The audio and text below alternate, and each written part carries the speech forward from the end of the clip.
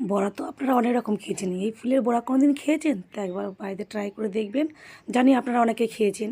তা চলো বন্ধুরা, ভিডিওটা স্টার্ট করা যায়। তা হ্যালো এভরিওয়ান, তোমরা সবাই কেমন আছো? আশা করি ভালো আছো। মিনার হেসেল বাগানিয়ানা তোমাদের সবাইকে স্বাগত।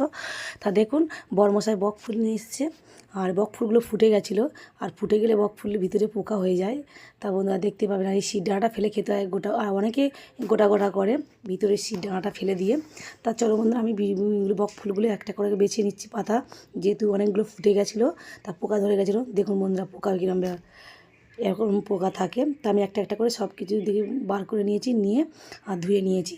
তা ধুয়ে নেওয়ার পর এর মধ্যে আমি দিয়ে দেবো একটু লবণ, একটু হলুদ গুঁড়ো, একটু শুকনো লঙ্কার গুঁড়ো, আর চালের গুঁড়ো, আর একটু আদা জিরে বাটা আর বেসন দিয়ে আমি বকফুলগুলো চটকে চটকে মেখে নেব। আর একটু জল দিয়ে মাখবো। তা একটু বেসন কম পড়ছিল, আবার একটু বেসন দিয়েছিলাম, দিয়ে একটু জল দিয়ে মেখেছি। আর তোমরা এরমভাবে কারা কারা বানিয়ে খেয়েছো সেটা কমেন্ট করে জানাবেন। গোটাও ভাজা যায়, কিন্তু সেইগুলো একটু ছোটো ছোটো থাকলে পোকা কম থাকে, সেইগুলো গোটা ভাজলে ভালো লাগে। তাই এখন দেখুন মেখে রেখেছি। তারপর কড়াইতে আমি তেল দিয়েছি, তেলটা গরম হয়ে গেলে দেখুন এখানে চপের শেপ করে গোল গোল করে আমি কড়াইতে দিয়ে দিয়েছি। আর খেতে খুব ভালো লাগে গরম ভাতের সাথে, বা কি মুড়ি দিয়ে রাতে মানে সন্ধ্যার সময় খেতে পারেন। আর একটা কথা বলি, আমি এখানে চিনি দিতে মনে ছিল না, এরকম মানে যেহেতু বকফুলটা একটু তিত করি ভাব থাকে, তিতো তিতো, তার চিনি দিলে স্বাদটা বেড়ে যায়, অতটা থাকে না।